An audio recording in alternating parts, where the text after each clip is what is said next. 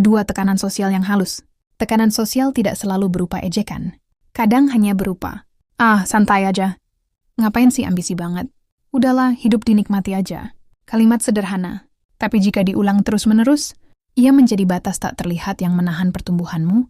Kita jarang sadar bahwa kita sedang menyesuaikan diri. Kita hanya ingin tidak terlihat aneh. Contoh nyatanya, jika kamu satu-satunya orang di circle yang ingin hidup sehat, kamu pesan air putih. Mereka pesan minuman manis. Kamu ingin tidur cepat. Mereka ingin nongkrong sampai jam 2 pagi. Lama-lama kamu merasa bersalah karena berbeda. Padahal kamu sedang bertumbuh. Seringkali, bertumbuh terasa seperti mengkhianati kenyamanan kelompok. Bagian 2. Mengapa lingkungan menentukan standar hidupmu? Lingkungan membentuk pola pikir, bahasa yang kamu gunakan, topik yang kamu anggap penting, level ambisi, cara melihat uang, cara melihat hubungan, cara melihat diri sendiri.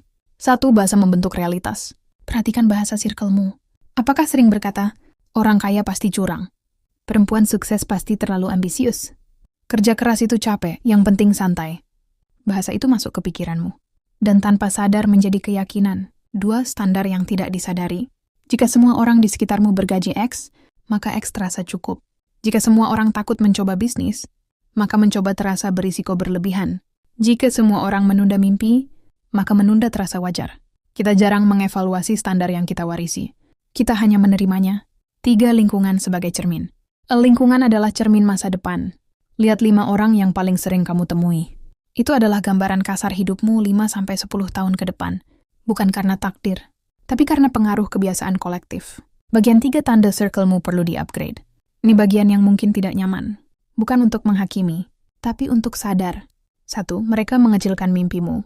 Jika setiap kali kamu punya ide, responnya, susah.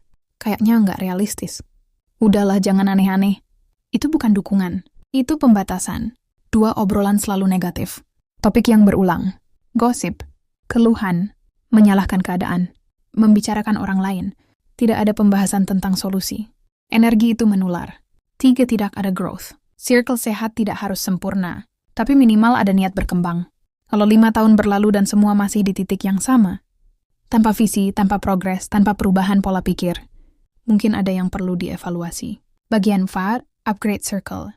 Tanpa harus meninggalkan teman. Ini penting. Upgrade circle bukan berarti memutus semua hubungan.